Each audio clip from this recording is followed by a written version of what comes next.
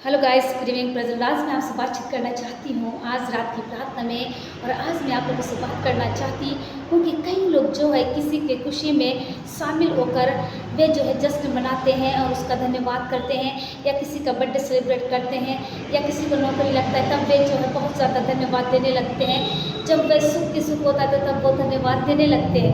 क्या आपने कभी सोचा है जब आप कठिन विपरीत परिस्थितियों से होकर चलते हैं, ऐसे समय में क्या आप उस जीवित महान परमेश्वर का धन्यवाद देते हैं? जब कोई आपके साथ नहीं है, सबको आपको छोड़ दिए हैं, ऐसे समय में क्या आप परमेश्वर को धन्यवाद देते हैं? मैं धन्यवाद देती हूँ, क्योंकि जब कठिन परिस्थिति से होकर जब हम चलते हैं तब जो है हम परमेश्वर को धन्यवाद देना है। उसी परिस्थितियों में जो है परमेश्वर हमको सिखाते हैं आपको क्या करना है।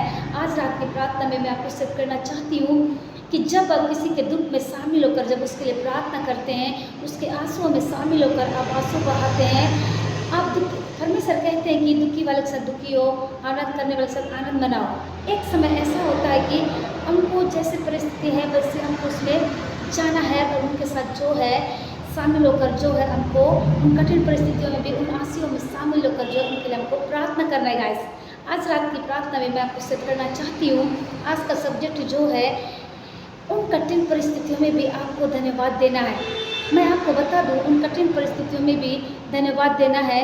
कई लोग कहते हैं कि ये परिस्थितियाँ क्यों मेरे जीवन में आई है, क्यों मेरे जीवन में बनी रहती है, क्यों ये सब होते रहता है मेरे जीवन में। ये कठिन परिस्थितियाँ आपको गिराने के लिए नहीं है, बल्कि ये कठिन परिस्थितियों में आपको परमेश्वर जो है डे बाय डे आपको ऊंचा उठाना चाहते हैं। आपकी ज़िंदगी में जो कठिन परिस्थितियाँ आती है आपको संकेत देती है कि प्रार्थना का समय हो गया है, आपको प्रार्थना करना है। और साथ में जो समस्याएं बनी रहती है वो आपको सिखाने के लिए ही बनी रहती है। आज की सुबह रात की प्रार्थना में मैं आपको सिद्ध करना चाहती हूँ तब जो है जब उस परिस्थितियों में आपको परमेश्वर आपको सिखा रहे हैं ताकि आप प्रभु के और करीब में आए। उन कठिन परिस्थितियों में भी जो है आपको परमेश्वर के साथ में चलना है। परमेश्वर के साथ में चलते हुए जो है आपको परमेश्वर के और करीब में जाना है। इसीलिए वो कठिन परिस्थितियाँ जो है आपकी ज़िंदगी में बने रहती है। गाइस, आइए आप मेरे साथ में निकाल लीजिए क्या कहता है परमेश्वर का बहुत ही खूबसूरत वचन है। पहला लूनिकियों के 15 का 16-18 पद में जहाँ पर कुछ इस प्रकार से लिखा हुआ है, सर्वदा आनंदित रहो, निरंतर प्रार्थना करो, आमीन। प्रत्येक परमेश्वर की इच्छा यही है कि प्रत्येक परिस्थितियों में धन्यवाद दो, क्योंकि मसीह यीशु में तुम्हारे लिए परमेश्वर की यही इच्छा है। हम आगे और एक वचन को पढ़ते हैं, भजन संहिता 119 का 164 पद में, जहाँ पर कुछ इस प्रकार से लिखा हुआ है, धर्ममय नियमों के कारण मैं दिन में 7 बार तेरी स्तुति करता हूँ, आमीन। गाइस, यहाँ पर दो बातों को परमेश्वर बता रहे हैं बहुत ही खूबसूरत तरीके से। सबसे पहले तो परमेश्वर कहते हैं कि निरंतर प्रार्थना करो और सदा आनंदित रहो। उन कठिन परिस्थितियों में जो है आपको प्रार्थना करना है और आनंदित रहना है। परमेश्वर की यही इच्छा है। और हम आगे देखते हैं कि दाऊद राजा जो है कहते हैं, यहाँ पर परमेश्वर का बहुत ही खूबसूरत वचन जो है आज की रात की प्रार्थना में आपसे बातचीत कर रहे हैं। इसको क्या कह रहे हैं, यहाँ की कठिन परिस्थितियों में जो है आपको परमेश्वर के साथ में बने रहना है, परमेश्वर की इच्छा के अनुसार चलना है। परमेश्वर की जो इच्छा है वो आपको अपने जीवन में लागू करना है। यहाँ बहुत सुंदर तरीके से परमेश्वर आपसे बातचीत कर रहे हैं। क्या कठिन समय में भी परमेश्वर को आप धन्यवाद दे सकते हैं? हाँ, हमें धन्यवाद देना बहुत ज़रूरी है।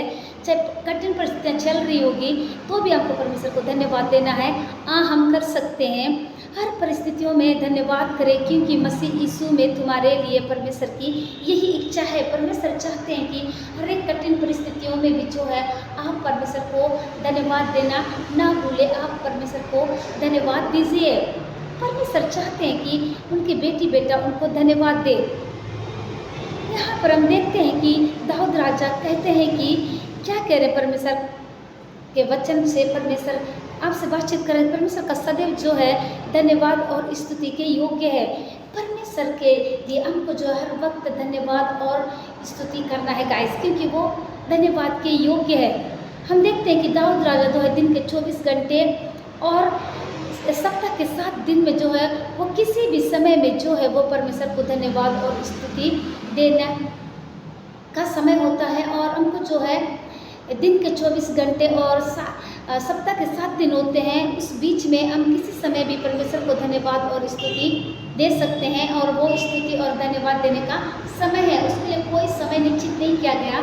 हम एनी टाइम परमेश्वर को धन्यवाद और स्तुति रूपी बलिदान दे सकते हैं। आपको क्या करना है, नित्य परमेश्वर के साथ में बने रहना है और परमेश्वर के साथ में जो है उन वचनों को याद करते हुए उन कठिन परिस्थितियों में जो है हमको धन्यवाद देना है गाइस। हम ये नहीं कि जब हम खुश होते हैं तभी धन्यवाद देते हैं, लेकिन जब हम परिस्थिति से होकर चलते हैं तभी हमको परमेश्वर को धन्यवाद देना। सो गाइस, आई सबके लिए मैं प्रेयर करना चाहती हूँ। धन्यवाद जीवन के देने वाले प्रभु यीशु मसीह, आप हमारे बीच में उपस्थित है प्रभु। आपका खूबसूरत उपस्थिति के लिए धन्यवाद पिता। आज का दिसंबर महीने पवित्र आत्मा यीशु मसीह, इस पवित्र आत्मा में प्रार्थना करती 2024 के प्रभु तीसरे महीने के लिए पिता, दूसरे तारीख के लिए धन्यवाद करती हूँ। आपने हमें कदम रखने के लिए सहायता मदद किया। इस समय जितने लोग मुझे देख रहे हैं देश विदेश दुनिया के छोर से, अगर वो परेशान है, तकलीफ में है प्रभु, किसी बीमारी को लेकर, किसी फाइनेंस को लेकर, किसी और कारण को लेकर परेशान है, तो प्रभु आप हमें चंगा कीजिए, छुटकारे को दीजिए। रबोनी बात सरिया लगा ओ प्रभु यीशु मसीह सहायता करिए। इस समय कोई प्रार्थना अपनी इंटरव्यू की तैयारी कर रहा है, इस समय कोई बीमारी में है पिता, इस समय छोटे बच्चे बीमार है प्रभु, चंगे हो जाए। मैं प्रार्थना करती हूँ मेरी बेबी फ्लोरेंस के लिए पिता, जो सर्दी खांसी बुखार है पिता, जो खाना नहीं खिला रहा पिता, यीशु के नाम से वो बंधन को तोड़ते पिता और आपकी बेटी खाना खाने में पाए। पवित्र आत्मा ऐसा प्रार्थना करते हैं। इस समय कई छोटे बच्चे पिता जिनको सर्दी खांसी बुखार है, जिसकी वजह से खाना नहीं खा रहे हैं प्रभु, यीशु के नाम से वो बंधन को तोड़ दीजिए प्रभु और आपके लोगों को लगा दीजिए। धन्यवाद करके पिता आप ऐसा कर रहे हैं। इस वक्त पिता आपके दास लोग जहाँ कहीं सेव करके लिए जाते हैं, उनके आने जाने की सहायता मदद करिए। इस समय कई लोग सत्तावश होकर जा रहे हैं, इस समय कई लोग अपने परिजनों को खो दिए हैं, इस समय कई लोग कई प्रकार की प्रॉब्लम में फंसे, प्रभु ने निकालिए पिता। इस समय किसी का प्रेयर लाइफ बहुत कमज़ोर हो गया, उसे कम बनाने में सहायता करिए। इस वक्त पिता मैं और मेरा घराना मिलकर आपकी सेवा करने वाले हो सके। सारी बातों में मैं आपको देते यीशु के नाम से मांगती हूँ, ऐसे सुनकर कबूल करिए, आमीन।